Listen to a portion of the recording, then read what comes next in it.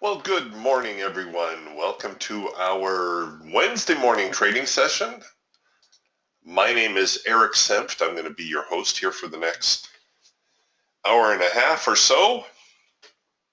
For those of you new to our trading room, welcome. I'm going to give you a really quick overview of what you're looking at here. What this is the diversified trading system, and it's diversified because we're looking at the market from three different points of view. Here in the top left, we have the Hawk Micro Scalper. Top right is the Falcon Swing Trader. Bottom left is the Eagle Trend Trader.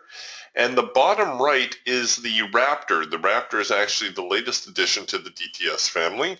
And it's a sort of like a hybrid. It's a blend of all three birds into one trading tool. The charts you're looking at here are the NASDAQ. I'm also following gold and crude oil, but I would be happy to pull up any chart which is of interest to you. I'm sure there's probably at least one or two E-mini traders in the room this morning, so don't be shy about asking. The markets just opened up, as I said, here on the NQ. Let's take a look at the overnight. And you can see this is the overnight now on the Raptor. It looks as though, okay, the London session opened right about here. We got ourselves a trend change signal. This band that you see here going through the Raptor, this is determines our trending or our trading bias. When the band has the soft edge stacked above the hard edge, we're looking to buy or looking for buy signals. And when the band has the soft edge below the hard edge, we're looking for sell signals. Now, we're not necessarily taking every single signal. There's going to be a higher probability setups that we're focusing on, but every signal does tend to develop the same way, namely that we're going to print a warning dot and get a corresponding audio alert. And when the signal is complete, we're also going to get a triangle and a hash mark. Now, sometimes you'll see the warning dot gets absorbed by the triangle hash mark. Not to worry, that's just a little idiosyncrasy. The way the the way the prices were bouncing around at that particular point, it would have formed a warning dot, and then a few minutes later, the warning dot disappeared. We got the triangle hash mark. But the triangle and hash mark tells us that the trade signal is complete. So right here we have what we refer to as a trend change signal, and it should be pretty obvious why. The trend changed from bullish to bearish. This is the first signal that printed, and you can see that actually had a pretty good result. So it looks like it fell off pretty much through the overnight. Here we are at this morning's open. So it's going to look like a fairly substantial opening gap here above the market. We'll see whether this is going to be an expansion gap or if it's going to be more like yesterday's trading, where when we gapped lower, the market actually spent most of the session trying to get back into that gap. Here we've just produced a hard edge bounce off of the Raptor. This is, again, one of our higher probability signals. Whenever the market encounters the hard edge, we're anticipating a reaction and a signal to come out of that. So we had a nice little hard edge bounce signal right there. I'm going to put the Raptor on the shelf for the moment. Oh, before we leave the Raptor entirely, you're going to see some of these system add-ons here today. And this is one of them. This is the Geiger counter. Excuse me for a second. I got a sneeze going on here.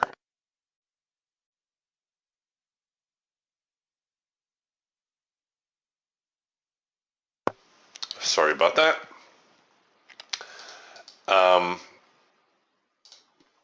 This particular tool here, this is a Geiger counter. This is an add-on. It works on all chart styles, not just DTS.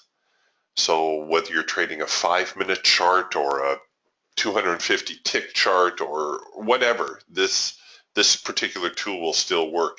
This is essentially a tape reader. So it gives you a visual of the time and sales. You can see that there was a whole lot of selling going on here. The market became very bearish. The dial here is very interesting. It gives us a lot of information.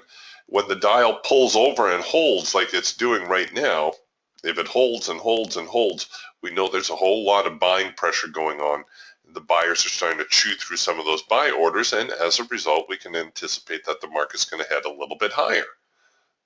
So, see, once we get back into this hard edge, I wouldn't be surprised to see the dial pull hard over here and hold, but it's got to hold for a while. This whipping back and forth doesn't really tell us that much. It's got to hold for at least a few seconds to show us that the sellers are starting to chew into those orders.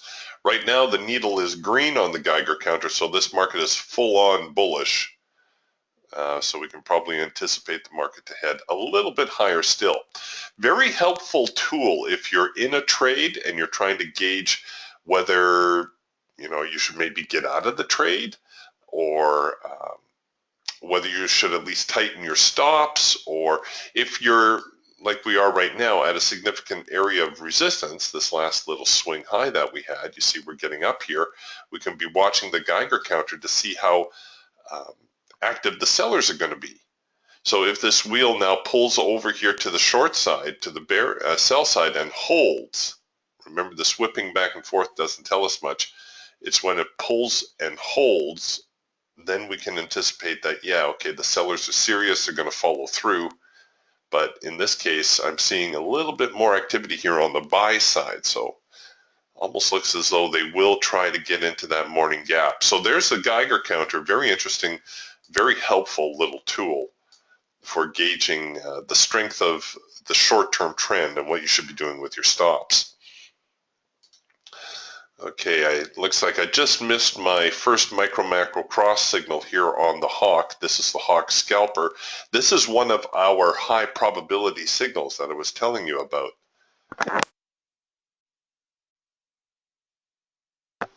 The first micro-macro cross signal develops when the micro line, that's a thin one, crosses the macro line, and we produce a signal where everything is in sync.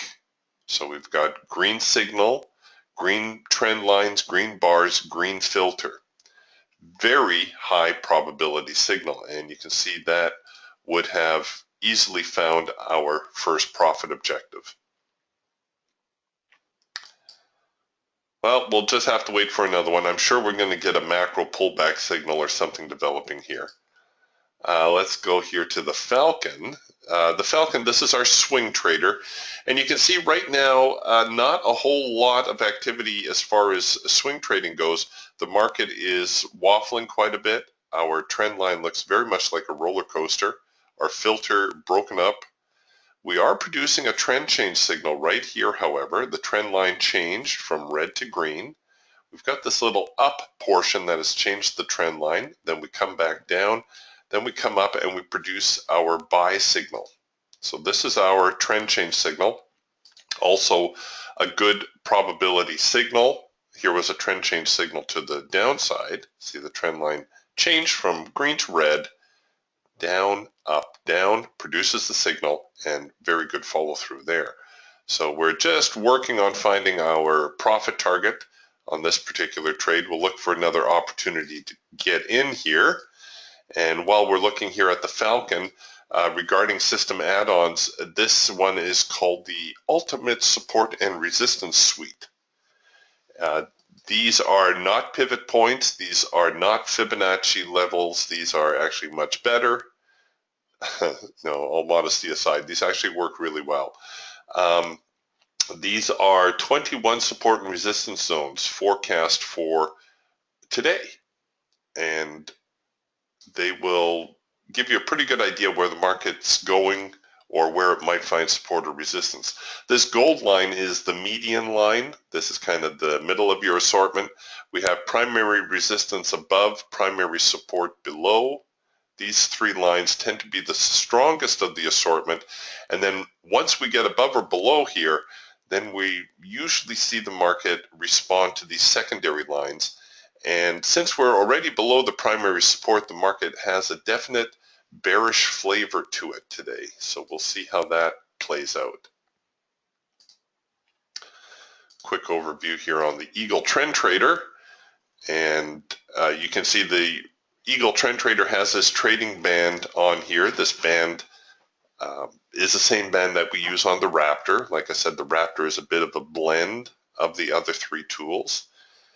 Working on a possible trend change signal here on the Eagle right now. I'm not too anxious to buy it just at the moment, although I suspect that we're going to see it head a little bit higher. Haven't had a real good test of the extreme here. We might well see the market just end up trading sideways, maybe retesting the overnight high.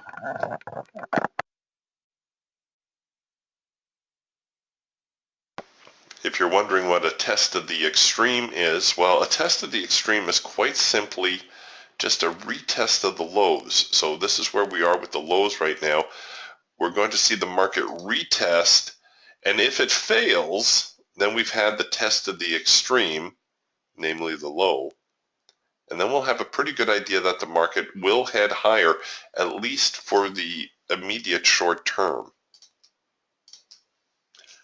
Tests of the extreme are very important clues as to what the market's intentions are, who is controlling the market. Right now we're getting a green bar sell here on the Eagle, and I might give this one a go. So we're currently against the ATR. I can tell that this particular bar is going to flip our ATR filter over. It's always also giving us the opportunity for a second push on the entry. You can see that we've got, I'm going to risk it a little bit higher. You can see we've got the warning dot, the triangle, the hash marks, so the signal is complete. And I can submit now the order. And if we get some renewed momentum here, we should be able to pick up a few ticks on the way down.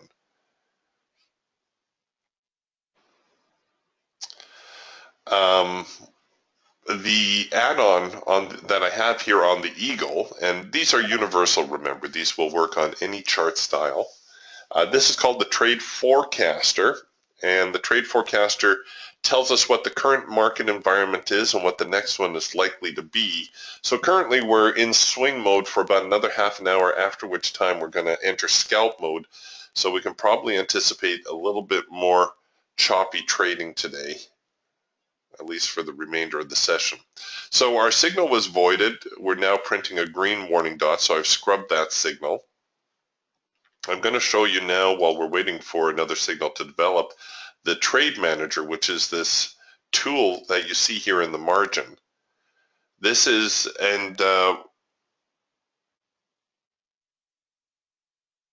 this is a very powerful tool.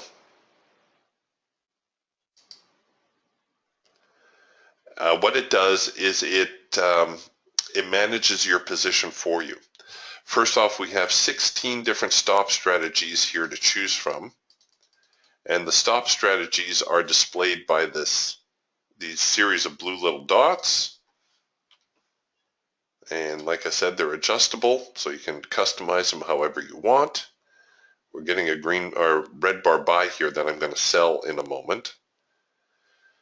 And the best thing is the Trade Manager controls your risk for you. You can see here you can allocate your risk allotment, so you will never ever risk more than you can afford to lose. A very important concept.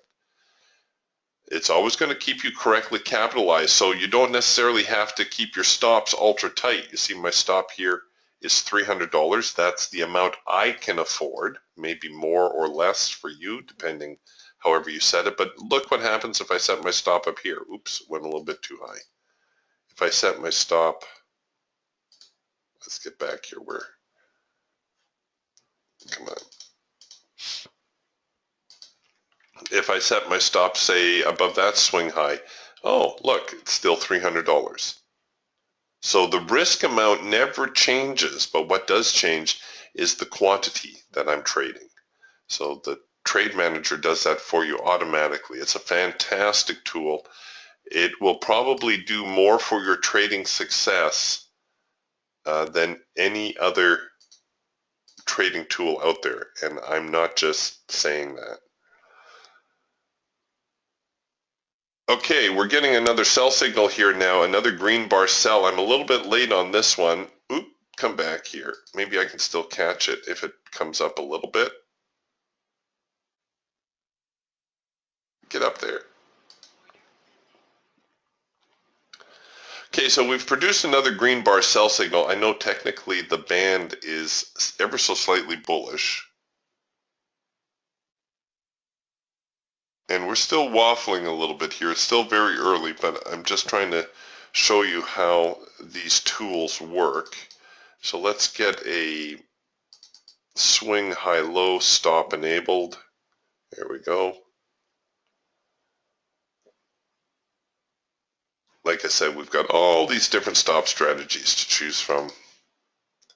And the nice thing is that the trade manager is automatically going to adjust our stops for us. So that really just enables us to look at other opportunities. We don't have to necessarily follow this one tick by tick.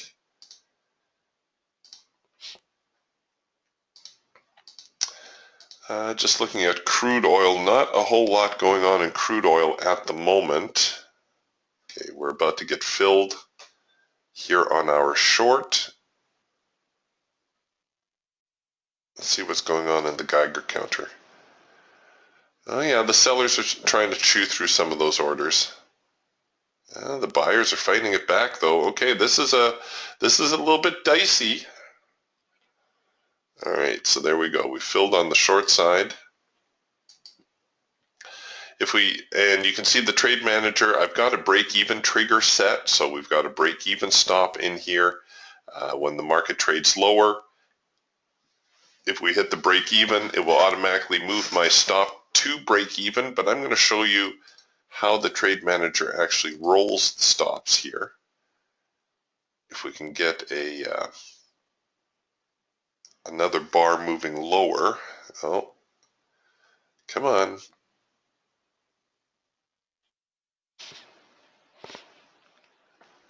If we can get another bar moving lower, I'll move into the parabolic strategies, and you'll see the parabolics will roll the stops a little bit more aggressively.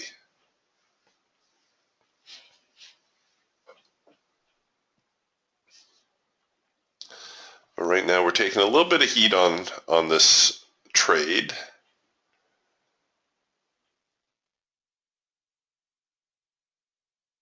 Oh, I should have flipped over into the gold market. Gold just gave us a nice little macro pullback signal here on the hawk.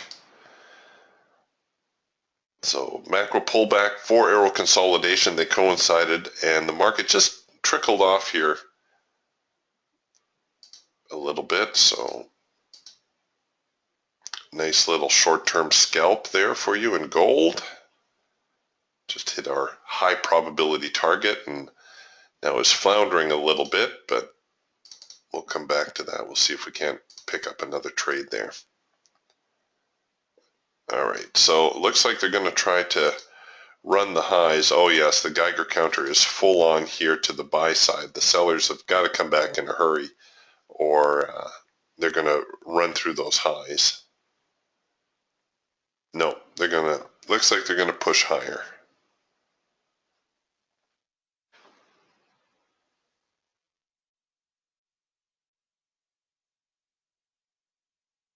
Try to get back into that early morning gap. All right, well, I wasn't able to show you how the trade manager actually rolled the stops there, but we'll pick up another trade here in a moment. I'll show you how that actually works.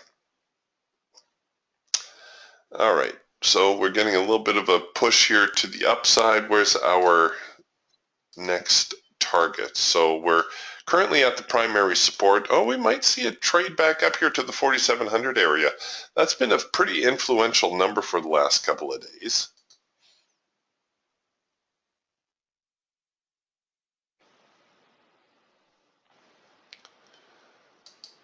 And we did have another trend change signal here on the Falcon. I don't know if you caught that. See, the trend line changed color. Here's the up, that changes the color. There's the down. This is the sellers trying to fight the market back. And then here's the up, and we produce the signal. And once again, everything is in sync. We've got the warning dots, we've got the triangle, the hash mark, we've got the filter in sync. And you can see it very well. I think it's still trying to get to its target. Did it get all the way there yet? Oh, it did too. Hit our high probability target, and now it's giving us a little bit of a reaction here to the primary support.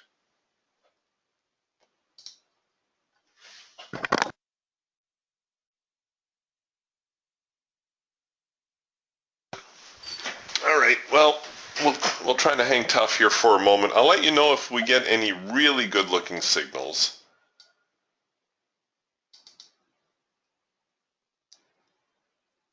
If anybody is trying to follow me in on a trade.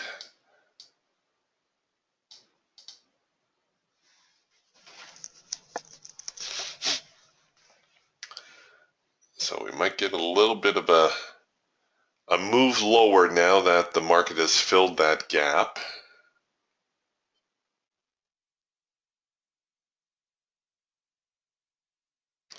And where are we? Oh, we're almost at the top of the hour also. A lot of times we'll see the market reverse from its trend, if there has been a trend, at the top of the hour.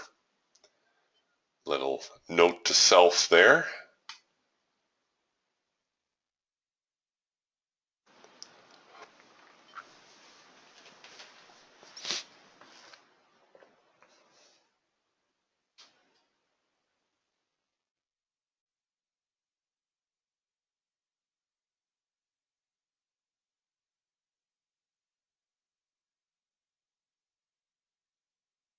Okay, these next few signals are going to be fairly decisive, I think, in determining which way this market's going to be going. So we're getting a little bit more selling pressure now. The market's still very sideways for the most part. You know, if you take a look at what's been going on this morning, we're really kind of, you know, in this kind of range. Not really too much to get excited about.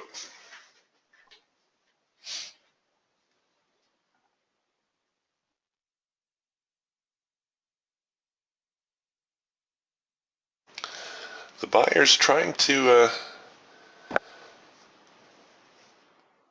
show some strength, however.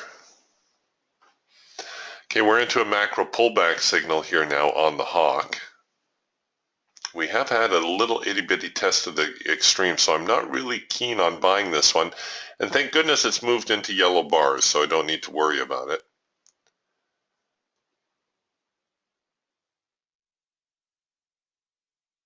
Yellow bars on the hawk are very neutral. We don't take yellow bar signals on the hawk.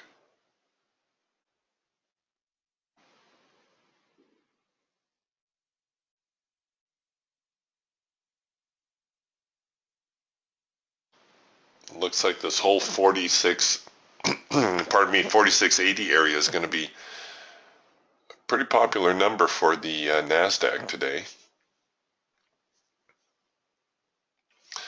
All right, here we are with a red bar buy signal. Now the red bar buy signal on the hawk, this is one of our signals that we tend to focus on. It's a signal that we can either trade long, or it's also our counter trend signal, and we can look to trade the failure of it. Now, with the failure signal, you have to remember it is counter trend, right? So it's going to be a little bit riskier, because there is a chance the market's going to try to retest these highs. As such, very often we will use the red bar buy or its counterpart, the green bar sell, just as an early warning that the trend might be turning over. But it looks like right now we may have caught a little bit of a move. You're going to see we're going to hit our break-even trigger here in a minute. And there we go. Trade automatically got snapped to break even. And come on now, get down there. Be nice. There we go. So we hit our high probability scalp target. Just a quick little in and out type trade there, as the market flounders for direction. Try to get a handle on what they're doing here. So the seller's chewing through some orders here on the Geiger counter. They may not be done just yet. Oh, the buyers are coming right back though. So very balanced. Like I said, this whole 46.75, 46.80 region, these 4 or 5 points through here are going to be pretty influential. And you can also see it's a little bit choppy today because we're getting a little bit of a mix of different signals. Here the hawk starting to look a little bit more bearish, as is the falcon, and yet the raptor and the eagle both a little bit bullish still.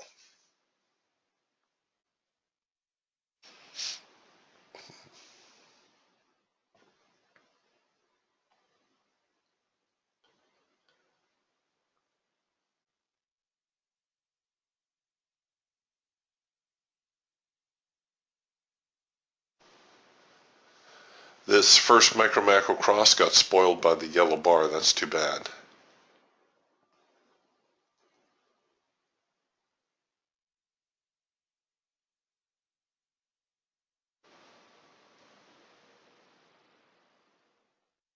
Okay, they're taking a few minutes here to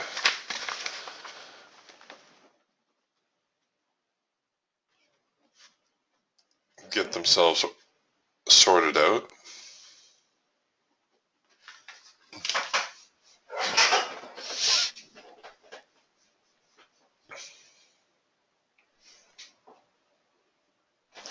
All right, so here we come with yet another first micro macro cross signal. This one is complete. The first one got spoiled by the yellow bar, but this now is a first micro macro cross. I'm not going to take this one right on the hash mark, which is going to print right here. Rather, I'm going to err on the side of caution, and I'm going to leave my stop a little bit further away.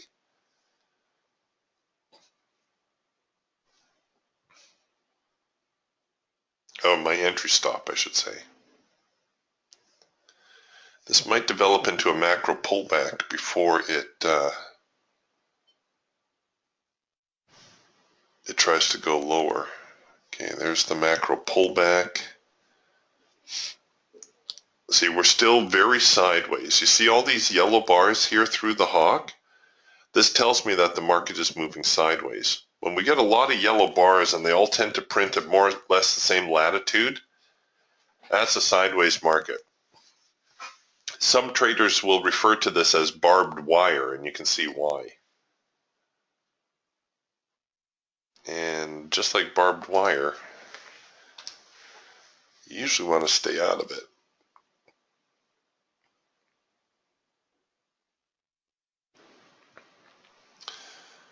Okay, so we're developing a nice little range here for the marketplace right now. We've got it pinched pretty much between, well, the highs, the short-term swing here at around 46.80 and the short-term swing low here around 46.73.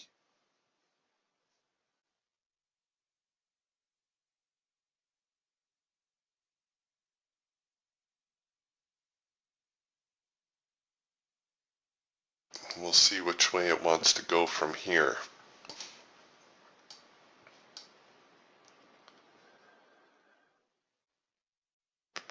You can see on the Raptor how flat everything is, right? Our cloud has very little width to it.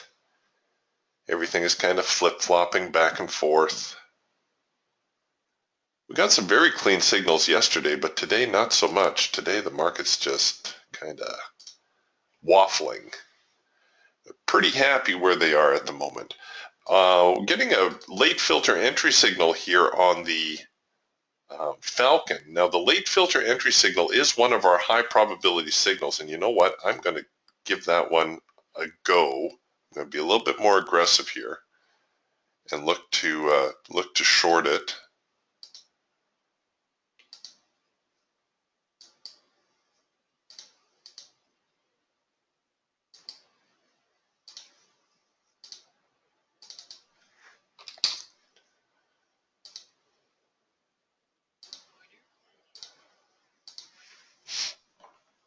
All right, so we took a little slip there on the fill.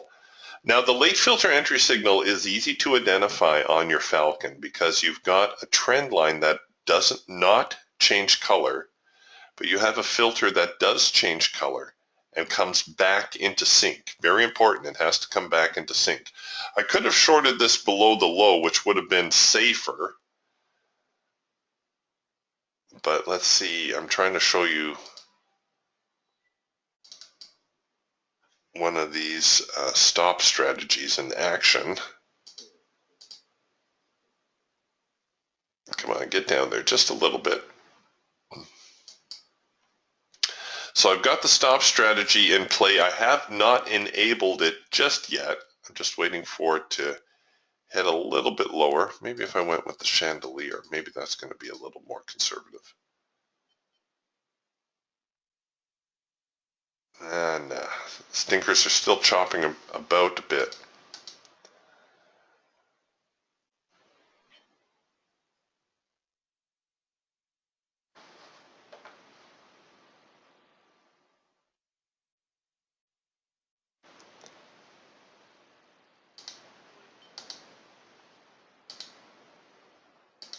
Oh, they're going to make a run for the highs.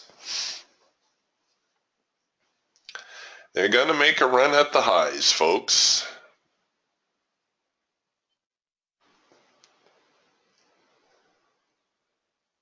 So now we're working a trend change signal here going the other way.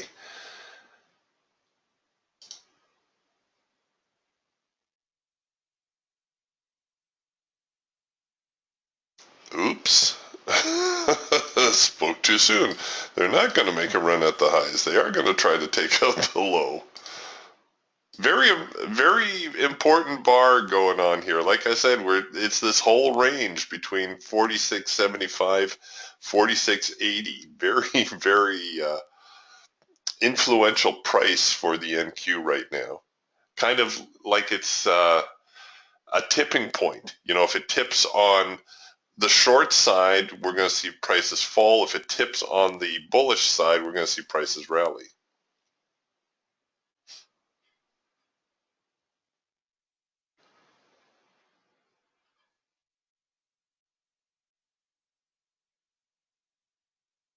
Come on now. Oh, see, right back here at the lows again. I should have reserved my entry below the low. That's one thing. It's good that this happened because I should point this out to you. The triangle and hash mark are merely a suggested entry, right? If you see a swing low a few ticks away, and you think, well, I would rather enter below the swing low, then by all means, you can do that. You don't have to enter right on the hash mark.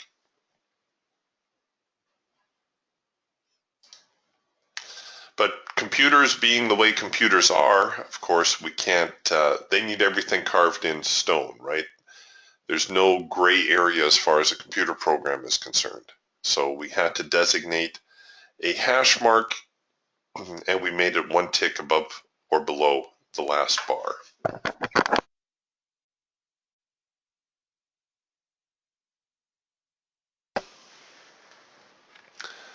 Okay, so we're still kind of waffling here, kind of in the middle of this whole mess. No, and here they come again on the buy side, trying to rally the market. Whichever way it swings from here, we should see the market continue. In fact, actually, this is a good opportunity. I can show you the OCO function. So here's the OCO function. OCO stands for one cancels other, and it allows you to place orders above and below, and then these orders will, when one side fills, it will automatically negate the other order. So what I tend to do, because these orders are live the moment you put them on your chart, I tend to place them away and then pull them in to where I want them to be.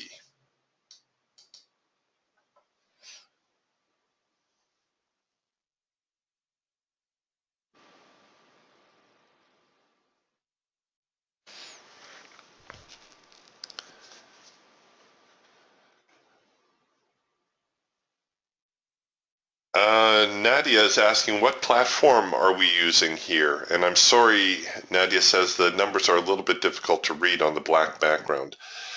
This is the NinjaTrader. NinjaTrader, and I know people always, they're going to be asking me, I'll save you guys a bunch of typing. People always ask, can we get this on Thinkorswim or MetaTrader or TradeStation? No. Unfortunately, the other trading platforms, their programming is not robust enough to actually support what this programming does, especially the Trade Manager. This is quite the tool here. It has quite the programming behind it. So you can see we've broken now out of this trading range. We got filled on the long side. The OCO order on the short side canceled. Let's see where my parabolics are at. I'm going to accept the parabolics. Enable a stop. So now hopefully we'll see it tick a few ticks higher, and you'll actually see the Trade Manager automatically roll the stops up here.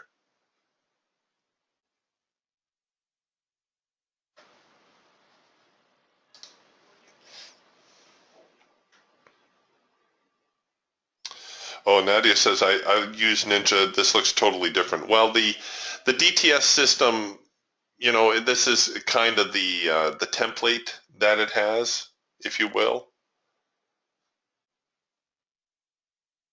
You can change the background colors. You can change all the colors on all these tools. Like if you don't like the way it looks, you can go to your eagle. You can change your bar colors. You can change your line colors, and so on. And you can change your background colors by going to your properties window. So all that is adjustable. All right. Oh, hey, did you see the Trade Manager actually roll the stop there? The market hasn't moved very far in our direction, and parabolics are going to be a lot more aggressive here. Typically, what I would do is I would leave my stop below the swing low until we got at least 1 or 2 bars in our direction, and then I would go with something more aggressive like the parabolics.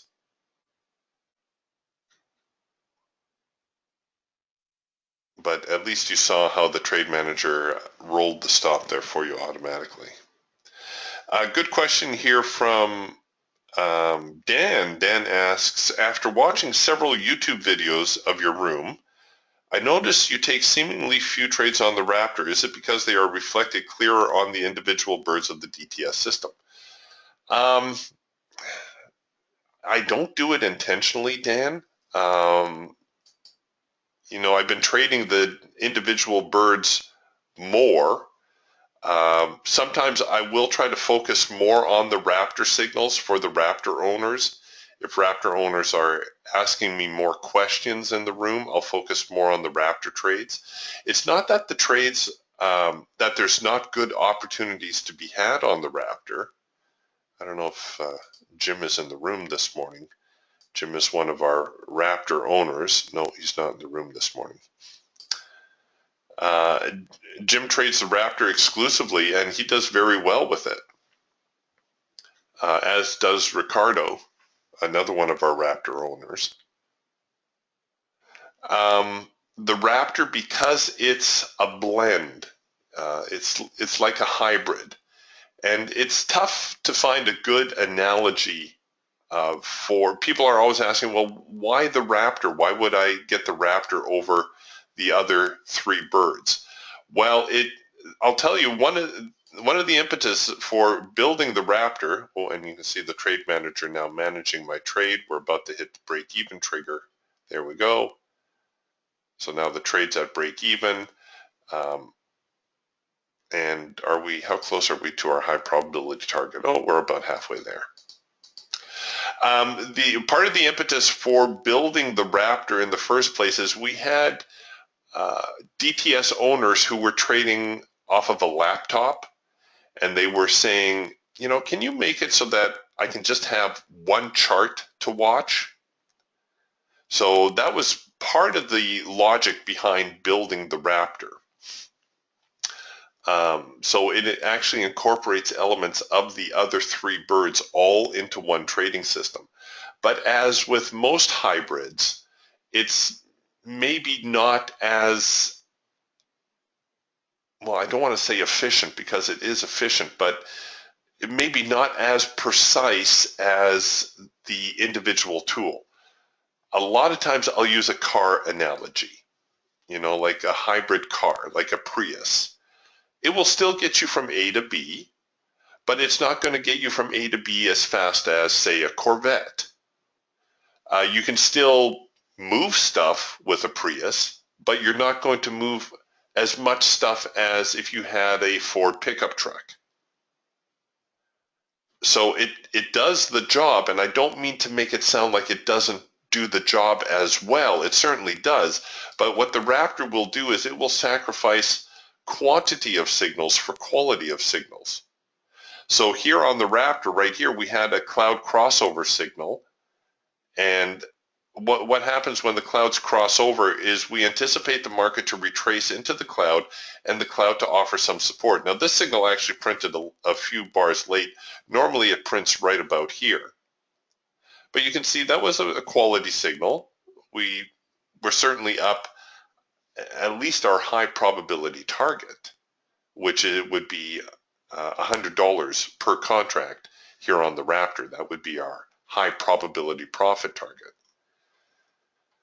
I'll go back to yesterday's trading because this morning's trading has been very, very choppy.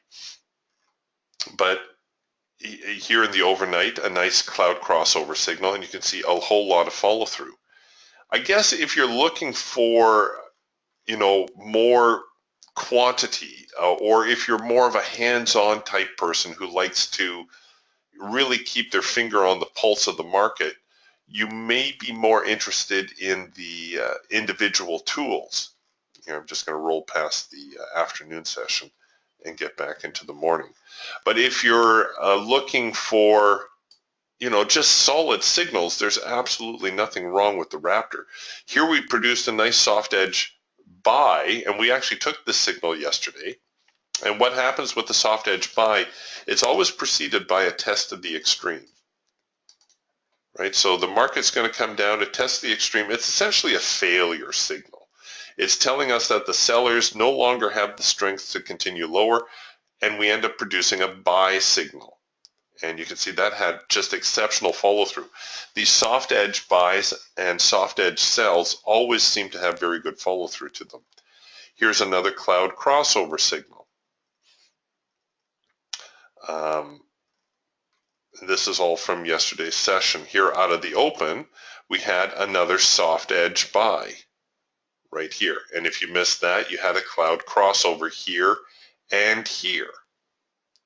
So there's quality signals to be had with the Raptor, but I don't know, I guess because I've got all the tools and I'm trying to highlight all the tools, I bounce around between the individual ones.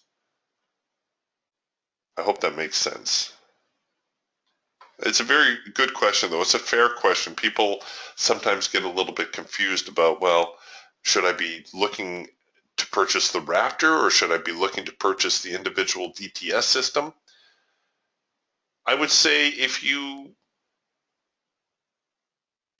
like seeing the individual characteristics of the marketplace, I think you're going to get more signals from having the individual tools. Because, here's the problem, which I'm sure most of you have faced.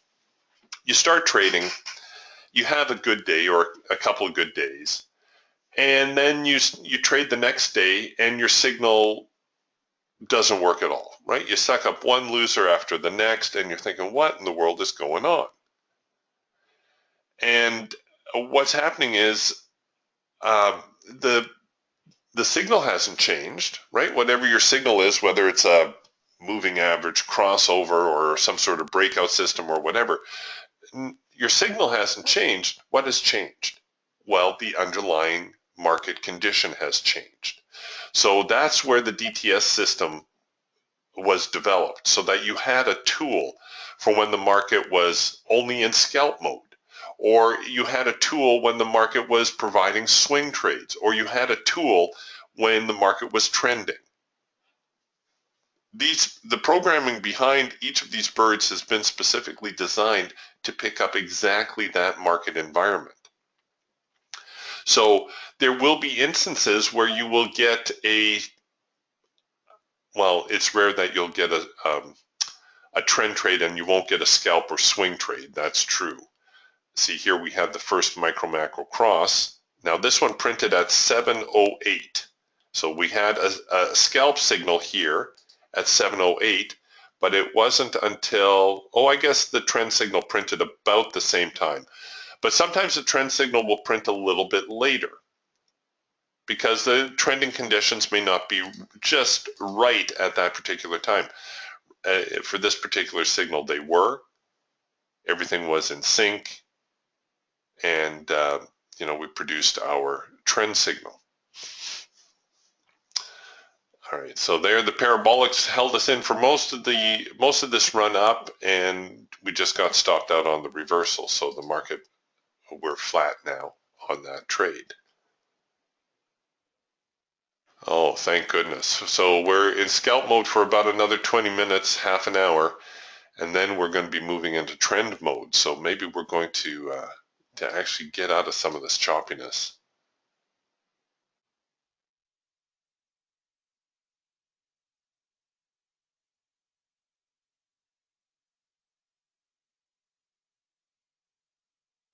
Here's a good comment from Anthony. Anthony says, I have all four birds. In my opinion, I find raptor trades that seem solid when the other birds are not so solid.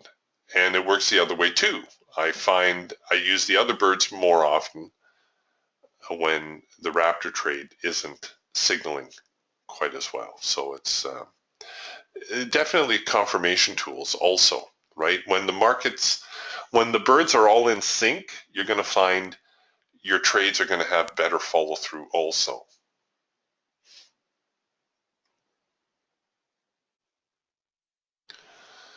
All right, so we're back near this morning's highs. It looks like, here we had, speaking of the raptor signal, we had a soft edge sell, preceded by that little test of the extreme right here. So we have a little soft edge sell. At the very least, we anticipate it's going to find the hard edge, but sometimes these signals have a way of going a whole lot further. Let's see if we can't catch a raptor trade here in a moment.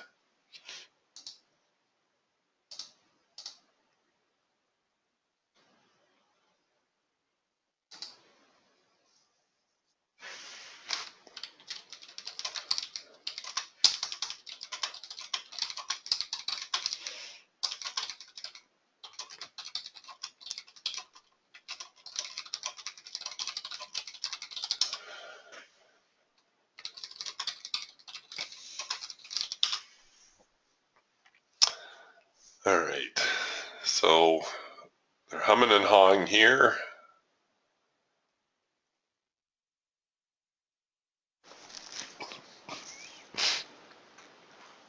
See these yellow bars cropping up again here on the hawk? Just enough to spoil the signal.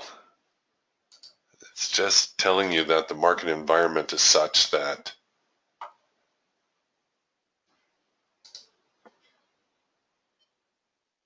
trading's getting a little bit tougher.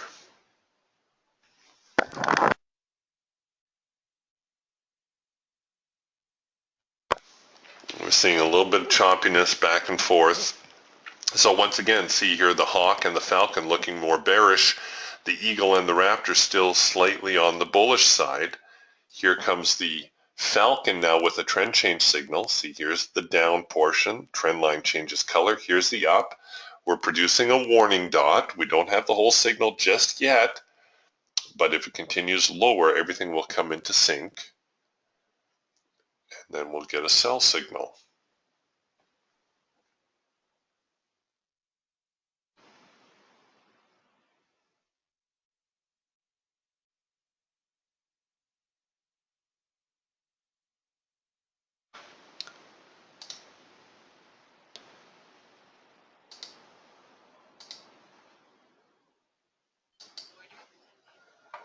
definitely bullish today, though, no question. But we've really filled that early morning gap, so we'll see. Now, here again, I'm going to take the signal on the hash mark, but there's no reason you can't offer up a few extra ticks and enter below the low if you choose. It's actually a safer trade. I'm using air quotes when I say safer. Safer trade to enter below the low here. Oh, what the heck? Why don't we do that? So we'll set it up to enter below the low. I can probably run a slightly tighter stop as a result, maybe get 2 contracts in. There we go.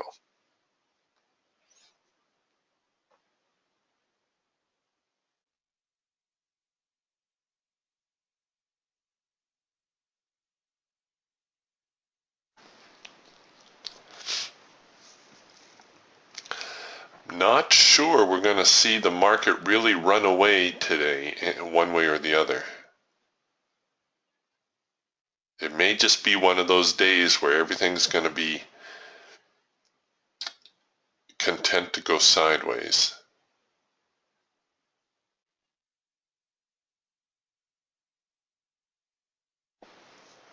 All right, so there's the triangle and hash mark now on our sell signal.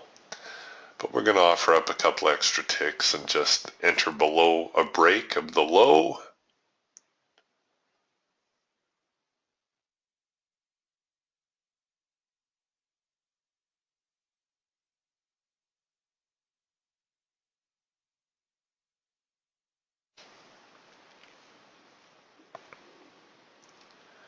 Come on down.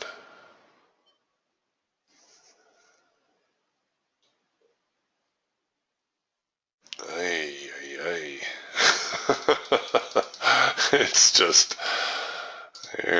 not a whole lot going on this morning.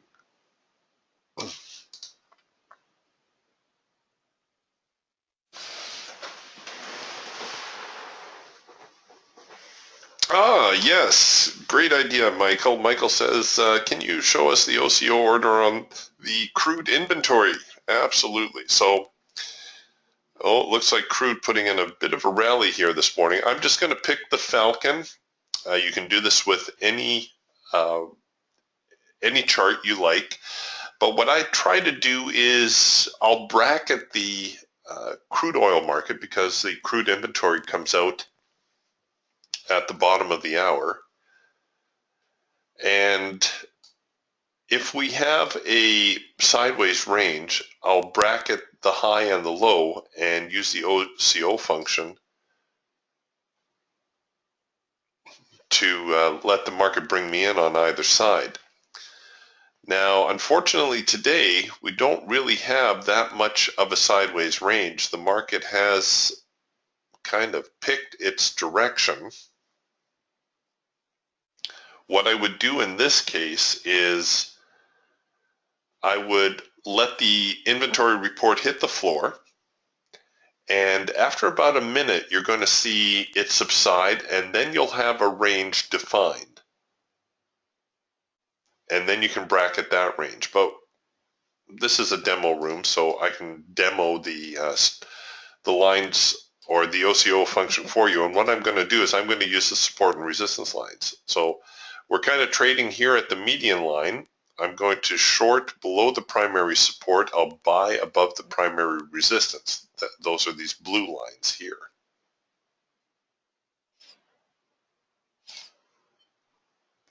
And we'll just see how that plays out. I'll get a stop strategy ready. Sure, let's go with the chandelier. It's fairly conservative.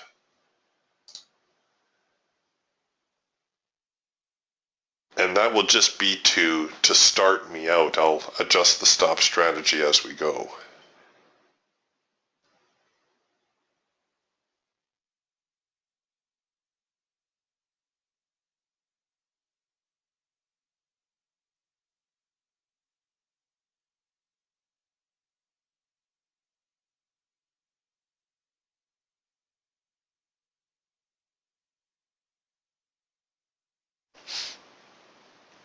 Yeah, Anthony makes a good comment here regarding having all four birds again.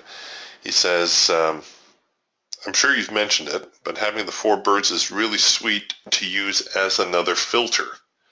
Namely, when all four birds are in sync, when you have confluence, you have a very good signal to place your trade. So if you're looking for the highest probability trades, that's what you want. When everything is, you're getting solid signals on the falcon, the eagle, the hawk, and the raptor, it just makes it that much easier to take a trade.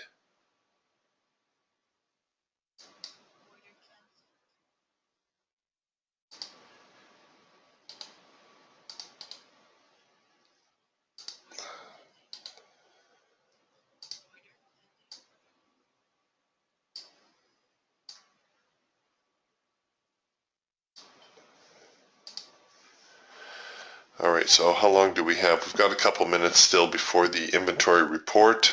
I'm just going to take a quick little look here at our Falcon trade, and it doesn't look like the market is cooperating. No, we're still kind of in the sideways range. The trend line is starting to change color. Filters starting to change color. So I'm going to scrub this order. And now we'll go back. Oh, see here on the hawk. Just see this total sideways range here. All these yellow bars. The filter, well, the filter's not as broken up as I thought it would be.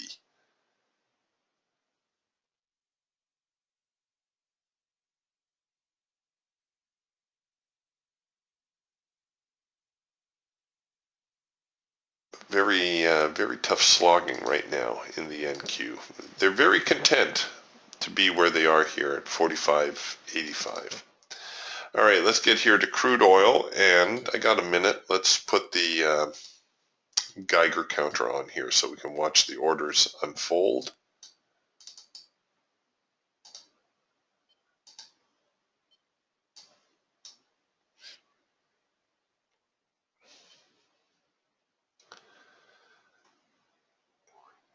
So just once again, if I had a better defined range here for crude, a more sideways action, I would bracket that. In lieu of that, I'm going to bracket the primary support and the primary resistance lines. Those are the blue ones.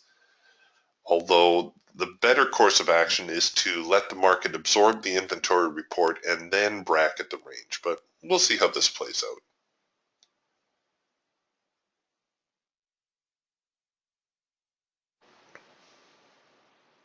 I would think there would be some bullishness to the market. After all, 37.50 a barrel.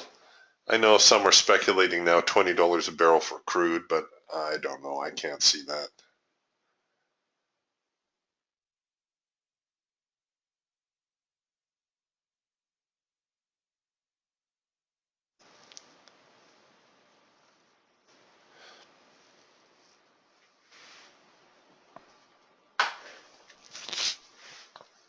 Okay, the inventory report should come out any moment now.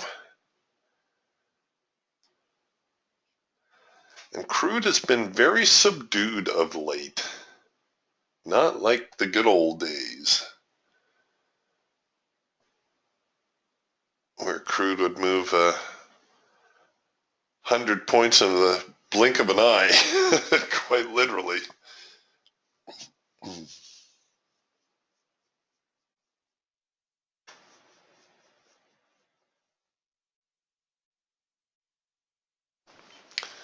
All right, so there's the inventory report, and you can see the Geiger counter, not quite as crazy as I anticipated it might be.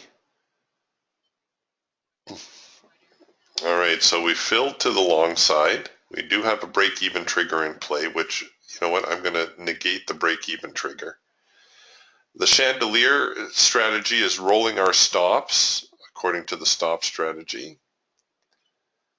And we would have hit the break-even trigger by now, but the thing with crude is it does like to flop around a little bit, so hopefully this was not a fake break.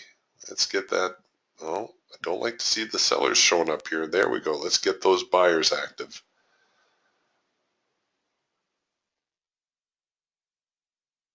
They're trading punches here. Come on, get up there.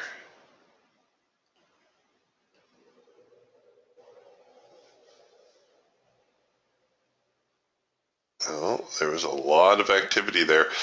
You've probably noticed the width of these bars are changing. I haven't mentioned this yet. This is the dynamic equivolume bars from Indicator Warehouse. It's an equivolume bar, for those of you not familiar with it, is a bar that will show the volume associated with the bar based on the width of the bar. So these really wide bars show that there's a lot of volume. These thin bars tell you that there's not very much volume. Typically, the wide bars occur where the market is conflicted and likely to turn. You'll notice that every turning point, there's always a wide bar. And when the market's not so conflicted, when it's actually trending, you see very thin bars. And this is also an add-on that will work on any chart style. So it doesn't matter whether you're using a daily chart or a 5-minute chart or a 233 tick chart or whatever.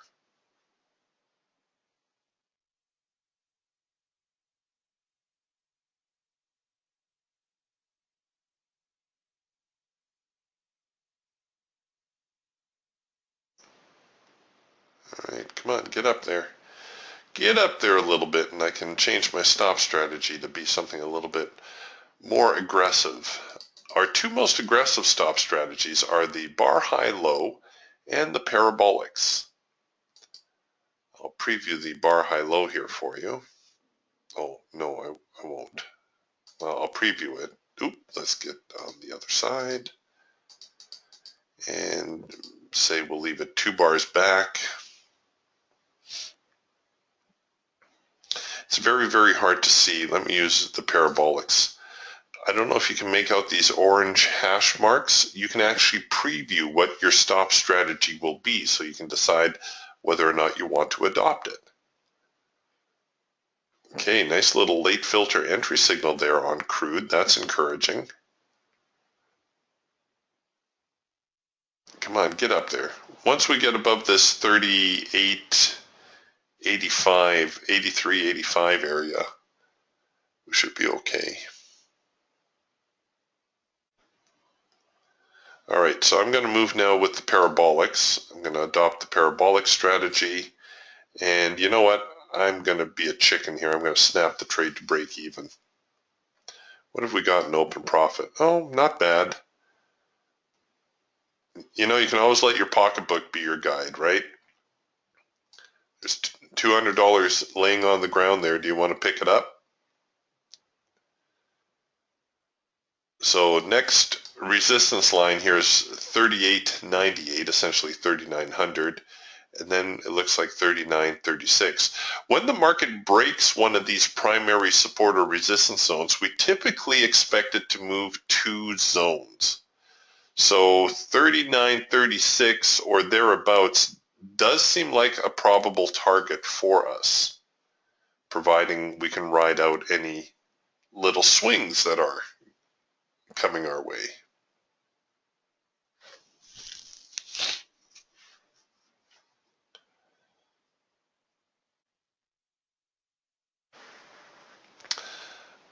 Good question.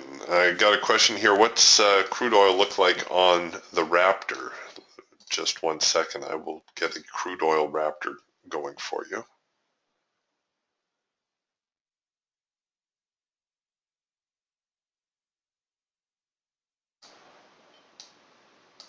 Okay, so here's crude oil on the Raptor. Actually, you know what? The Raptor kind of gave us a little bit more of a defined range going into the inventory. Well, no, I guess not. Not really. Not much different than the Falcon. Could have still bracketed the support and resistance zones. It did produce, funny thing about the DTS system, and that includes the Raptor, is how often the market or the tool will predict where the market's actually likely to go. I can't tell you how many times we'll actually produce a signal before the crude inventory report and be correct about the signal. So you can see here, about a half an hour before the signal even, or before the inventory report was released, we printed a cloud crossover signal here in crude oil. Right there, there's a cloud crossover signal. And, you know, the market went a little bit sideways for a little while, but the inventory report was released and nice little rally as a result. This would have been a hard edge bounce right here. This is our hard edge bounce signal, also bouncing off of the median line. So you did have a second chance to get in there. Soft edge bounces count too, but they're not quite as reliable. What happens with the soft edge bounce is if the bands become overextended, if the clouds get really, really wide, the soft edge bounce tends to be less reliable because, well, the market is getting overbought, really. That's what it's showing you. When the bands are really, really extended like this, you're entering a situation where the market is going to be a little bit overbought.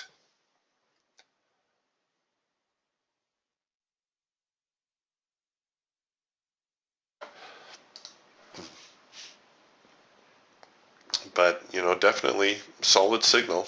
The cloud crossover here and then the hard edge bounce right here. So it comes in, bounces off of the hard edge, produces a signal, and away you go. And that one too printed either just at inventory release or slightly before, maybe a few seconds before.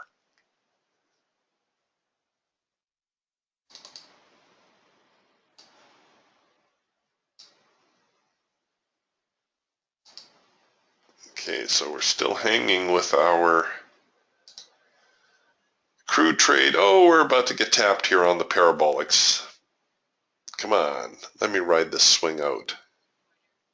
Nope.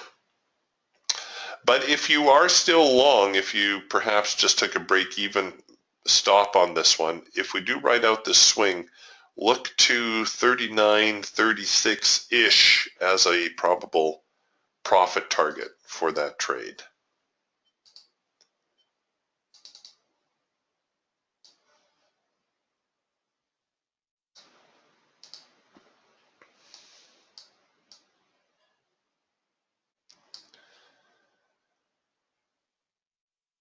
Okay, well, while that was going on, we produced actually a couple decent signals here on the NASDAQ. Speaking of hard edge bounces, here was a nice little hard edge bounce on the Eagle. This was with trend. Pretty decent follow through on that one. Let's just see if we took it on the hash mark. Yep, we would have hit our high probability target. In actual fact, I would have probably waited for it to turn over on this ATR filter. That's a squiggly red and blue line that we have here. And I probably would have taken the next bar. Hey, we're almost in trend mode according to Trade Forecaster. Hooray. So it does seem like market conditions are changing somewhat.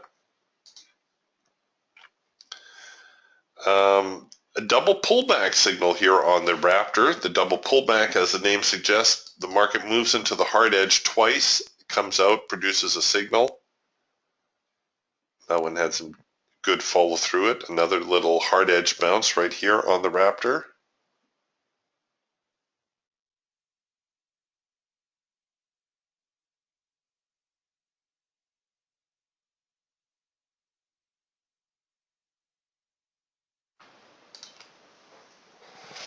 Yeah, Gary says crude oil hit the secondary resistance line on the ultimate support and resistance suite. I'm very proud of these lines. This took a whole lot of math to figure these bad boys out, but they work really well. I know I'm like a proud papa when I talk about these, but I'm very pleased with how well they work. A lot of people will use the ultimate support and resistance suite as profit objectives. They'll use it as you know, even just ways to enter a trade. Here, I'm going to build a 5-minute chart for you, and I'll show you what I mean. So let's One sec here, we'll reduce this.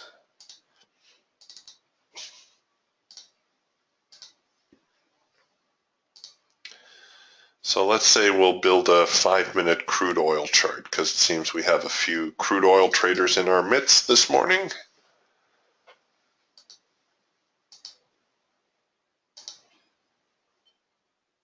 And so here's the 5-minute crude oil chart. We'll put the support and resistance suite on here.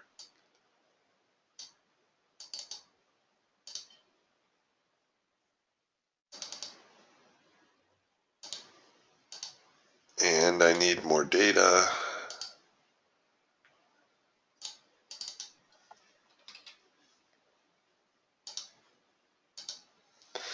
Okay, so what some people will do, like if you're using a time-based chart, for instance, or a tick-based chart, whatever,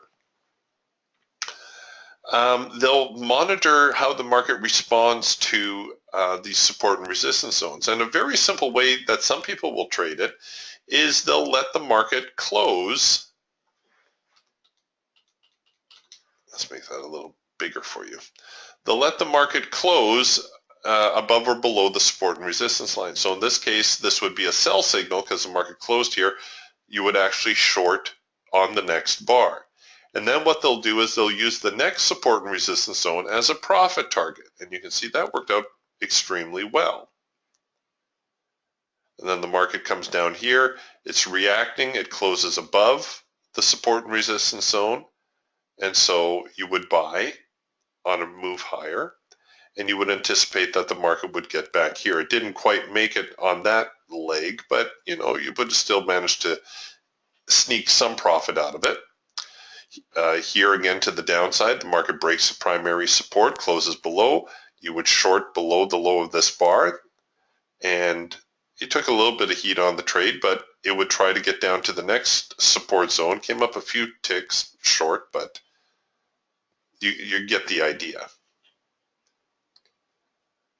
So here too, the market closed above. You would look to buy a break higher, and then you would use the next zone as your profit objective. So that's one simple way that people will use the support and resistance zones. Another way is they'll use it to cover their positions. So let's say you did take this as a buy signal. Let's say you chose to buy right above here. They'll put their stop just below here. Right? And then once the market starts advancing, they'll start rolling their stop accordingly. So that's another thing you can do, especially on a signal like this.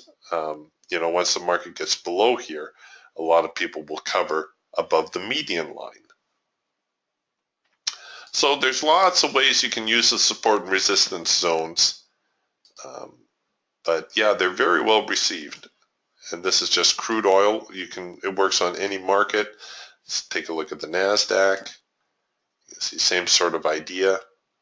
The market closes below the median line, falls to the primary support, and falls to the next zone, where it recovers. See, it bounces several times and trades back up to the primary. Closes below the primary, falls back down to the secondary. So, it gives you a pretty good idea of where the market is likely to go to next. Let's take a look at gold. Fudged it a little bit here on the secondary one. It should have actually got closer to this one here. But it looks like gold prices are falling off a little bit. So it took several hits here on the primary resistance before finally breaking through. And same thing, comes back down to the primary resistance, taps it a few times, and then finally breaks through to the downside. See if there's anything else interesting we can check out here. Oh, the E-mini. Nobody's asked me about the E-mini yet. Let's take a look at the E-mini. So the E-mini, really strong, great break here through the primary support zone, zoomed right back to the median. See what I mean about when you break a the primary resistance, we expected to move 2 zones. So there's zone 1, and now we're working on zone 2. So if you're currently long the E-mini, it looks like somewhere in the neighborhood of 2081.5 is going to be your next target.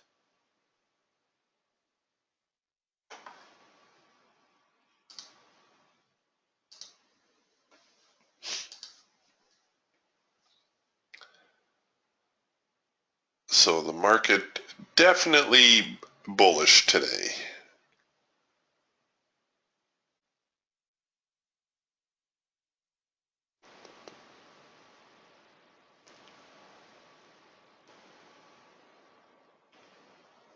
Just snooping around to see if there's anything interesting going on, but no, not yet. Gold was the market du jour, I think. Let's take a look here at the gold market. They've just made such a nice steady progression lower today. So the cloud crossover, gold actually opened, they opened here, made a little bit of a rally up off of the red bar buy. Then we had our test of the extreme, hinting that prices would head lower. Generated our first sell signal here, but here's really our cloud crossover signal right about here. And just for giggles, let's see how far along we are. So if we covered there, yeah, right now it's about, well, on 2 contracts, it's a little over $1,100, so about $500 per contract. Very decent move on gold. Gold's been trending very nicely of late. And a nice steady progression too. None of this silly choppiness that we see in the other markets.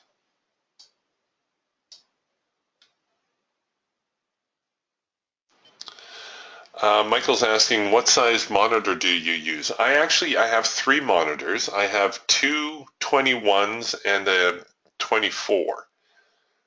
And the one you're looking at here is a 21. See, I don't find it cumbersome having 4 charts on a screen, because if I get an alert, you know, I'll get an audio alert, say I'll hear scalp. Okay, so I look at my scalp trader. If I want to see it in greater detail, I just enlarge it. If there's a trade there that looks interesting, okay, I just heard short, so I know that's my Raptor signal. And it's not this particular Raptor, it's my other Raptor chart. Okay, there it is, the short signal, soft edge sell. So now I decide, okay, do I want to take this signal? If I do, I can set up to short it, and we'll get a stop strategy going here. We'll cover above the highs.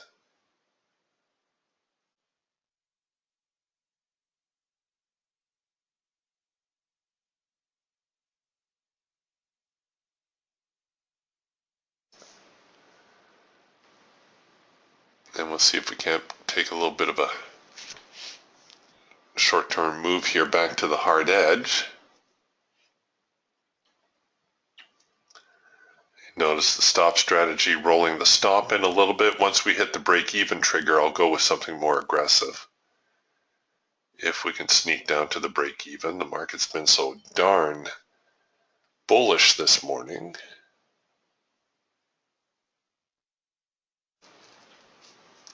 Crude oil giving up all those gains that they made out of the inventory report. Well, what little gains there were. So here was the inventory report. The market ran up, came back, trend change signal, tested the extreme, and the market falling right back down.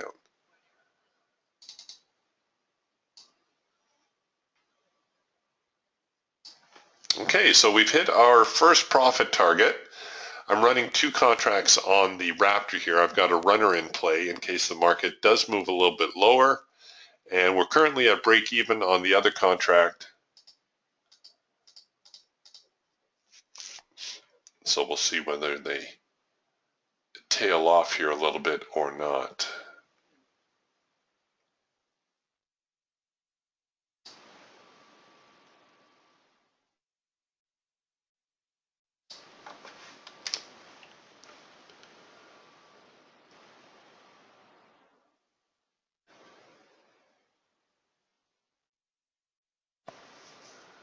Come on, you can do it. Back into the highs of the morning. It seems to be offering up some support for the market.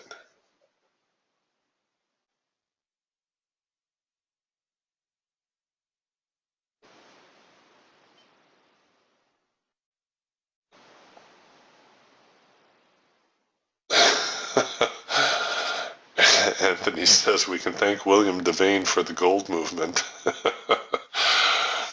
Yeah, it might go a little bit deeper than that.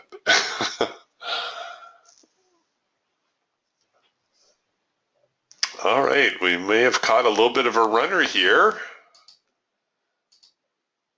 So I'll move into the parabolic strategy if the market tails off here a little bit further. The parabolics, nice thing about parabolics, the reason I go to a parabolic is if the market does pick up a little bit of a trend, parabolics are pretty good at holding you in until the momentum starts to slow, right? And then they'll take you out.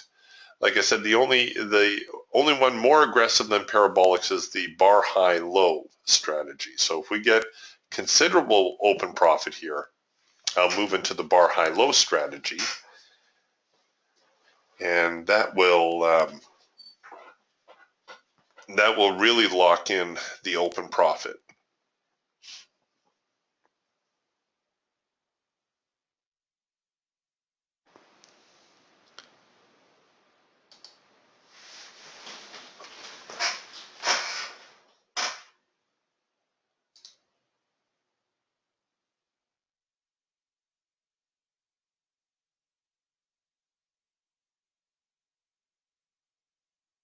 Come on, get down there. Let's go. There we go. There we go. Let's take out those lows. There's some sellers below here. There we go. Now you're talking.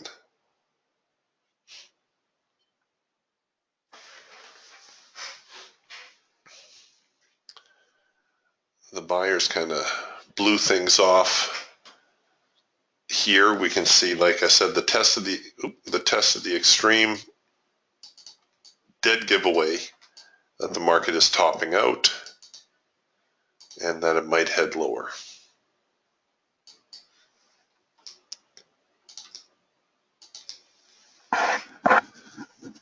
What have we got here? About 120, 130 open profit on that second contract.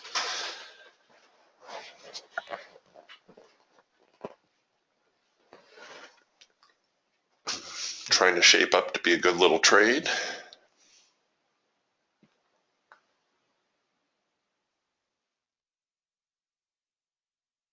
Get down there.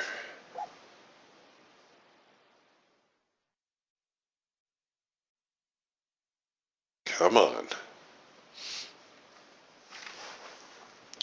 See, I'll bring the Geiger counter over here. See how they're chewing through the sell orders now? Oop, buyers are trying to fight it back. Oh, they're chewing through the buy orders. My goodness, they're evenly matched here. They just, oh, I think the buyers are going to hold it here. The sellers got to get busy if they're going to drive these prices any lower.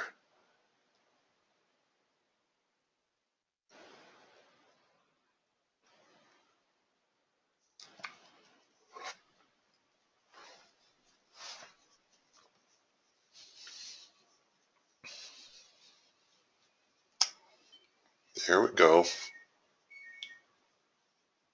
There we go.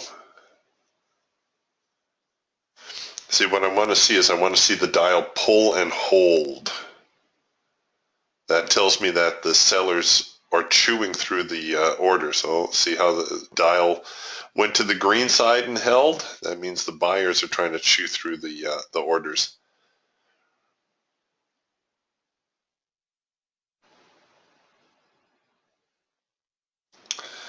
Well, we'll let this trade simmer for a little bit. Hopefully, if they take out the lows, we do have some room here. We do have some room. We can certainly anticipate the market could fall all the way back down here to 46.60 where it started the day. That is entirely feasible.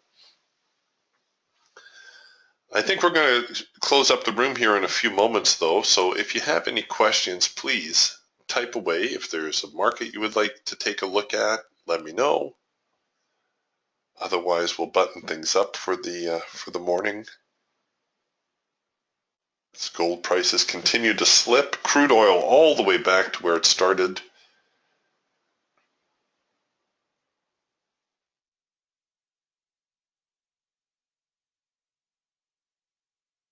So the crude oil bulls will not be very happy.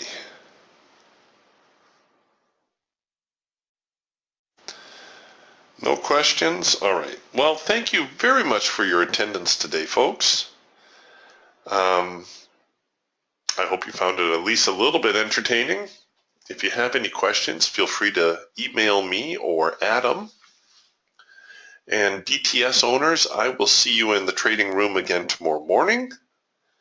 If you are trading this afternoon, well, I would think maybe a move back to a retest of the morning lows is entirely possible. So you may want to be cautiously bullish and optimistically bearish if you get a decent sell signal, especially if we can get down below this 46.80 area again.